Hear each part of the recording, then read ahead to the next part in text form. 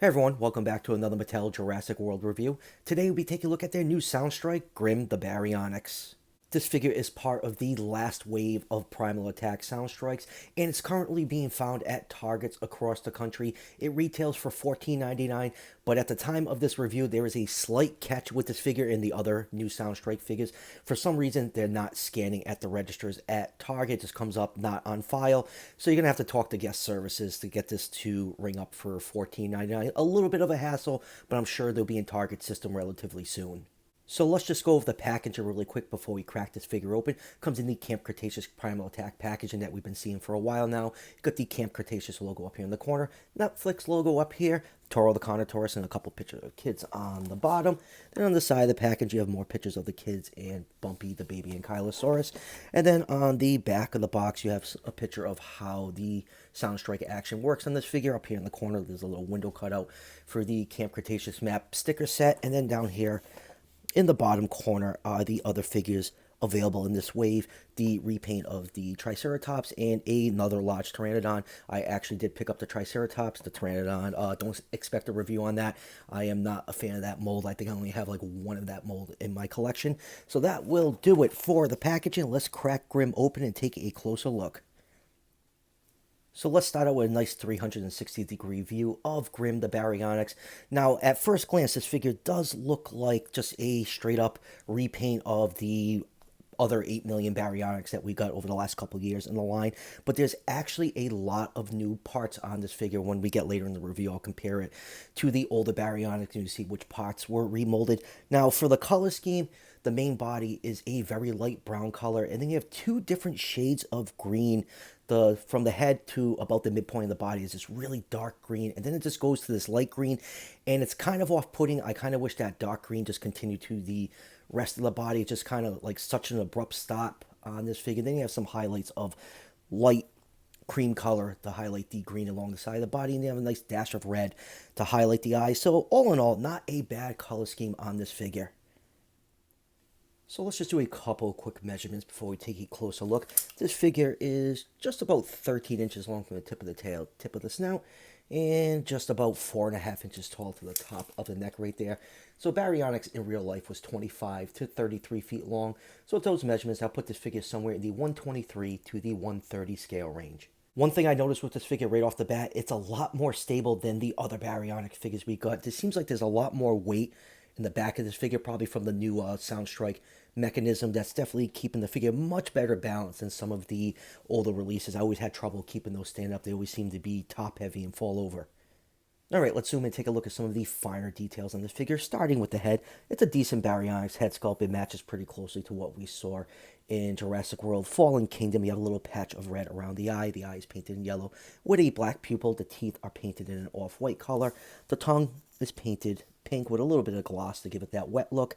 And then the roof of the mouth is just green. That's the same color plastic the head is molded in. And then getting down to the neck. This is where the new parts on this figure come into play. The neck, the entire body, and the entire tail are all new sculpts. So here is the original, Roivor Baryonyx. And you can see the difference between the sculpt. They gave the back of Grim a very crocodile-like look. A lot of large scoots and osteoderms going down almost all the way to the tip of the tail.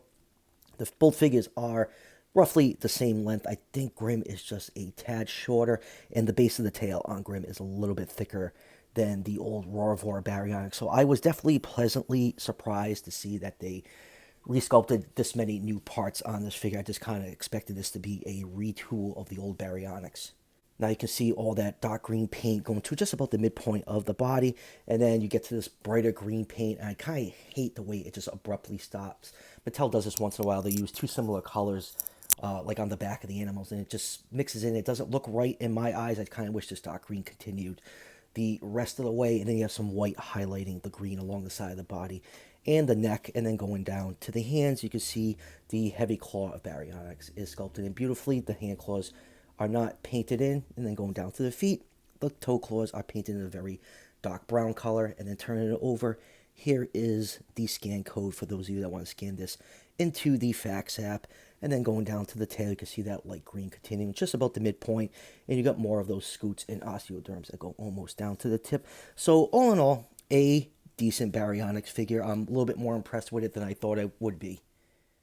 Articulation-wise, the articulation is very similar like we've seen on the older Baryonyx figures. With one new addition, we actually have a fully articulated jaw on this Baryonyx. The other one's, the mouth just stayed open and only closed when you activated the action mechanism on the back. So this is one of the big reasons I want to get this figure. I actually have a Baryonyx figure I can display with its mouth closed, and then going down to the arms can move forwards and backwards, and they're on a hinge, which allows you to swing the arms out.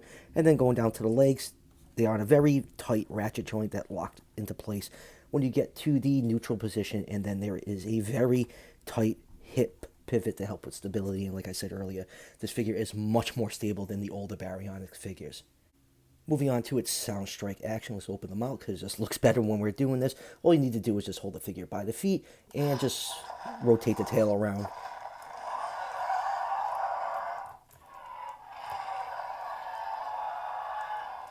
And you get your obligatory T-Rex roar. Most of these sound bites sound very similar to the ones on the older Baryonyx. I think there might be like one, maybe two new sounds in here.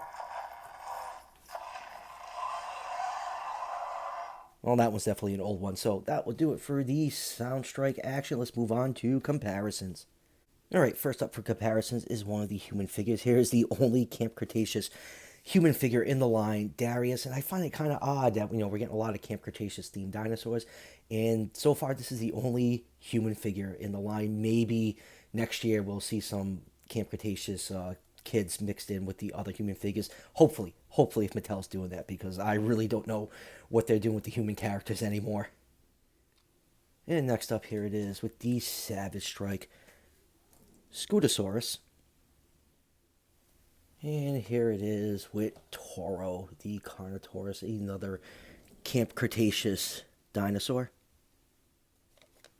And here it is with the ultimate T-Rex. And let me try to get these two figures into shot together. There we go. And here it is with all the other Baryonyx available in the line. So yeah, Baryonyx is definitely getting a lot of attention from Mattel. This is the original Roar of War. This is the Dino Rivals one. The Battle Damage one, this is Grim. And this is the one that came with the Camp Cretaceous set. There's actually a sixth Baryonyx. It's the one that came with the Lava Play set. It looks very similar to this figure, except it has a little bit of orange on the nose. So in Camp Cretaceous, apparently there's going to be a Baryonyx trio. This one's Grim, and this one I believe is Limbo, and the only other one that we don't have so far is Chaos, but I'm sure that figure's coming out next year in the line. And lastly, here it is with the other Spinosaurus in the line, the Legacy Collection Spinosaurus, the Suchomimus, the Soundstrike Irritator, and of course, Grim. So yeah, definitely have some nice Spinosaur variation in the Jurassic World line. So final thoughts on this new Baryonyx. I do like this figure. My biggest complaint is just how the dark green goes to the light green. It kind of just irritates me to look at. But other than that, I think it's a decent figure, and the newly sculpted parts are definitely refreshing. I thought this was just going to be another retool of the Baryonyx mold we've seen a million times. So yeah, I'm definitely glad I picked this figure up. The articulated jaw is definitely a bonus. So if you're into Baryonyx, or you're just collecting dinosaurs that appear in the Camp Cretaceous cartoon, this figure is definitely an easy pickup. If you're sick of the Baryonyx, this figure is definitely an easy pass. And like I said at the beginning of the review, this figure is currently being found at Targets across the US. It retails for $14.99. So happy hunting, stay safe, and that will do it for the review. I do have the new Soundstrike Triceratops and the new Massive Biters Albertosaurus, so be on the lookout for those reviews. And also Beasts of the Mesozoic Ceratopsians are shipping this week, so expect a lot of reviews on those figures probably by this weekend. And as always, if you're enjoying the content on this channel, show your support by hitting that subscription button just below the video. Each subscription helps out the channel tremendously, and it's greatly appreciated. And I'll see you guys for the next one.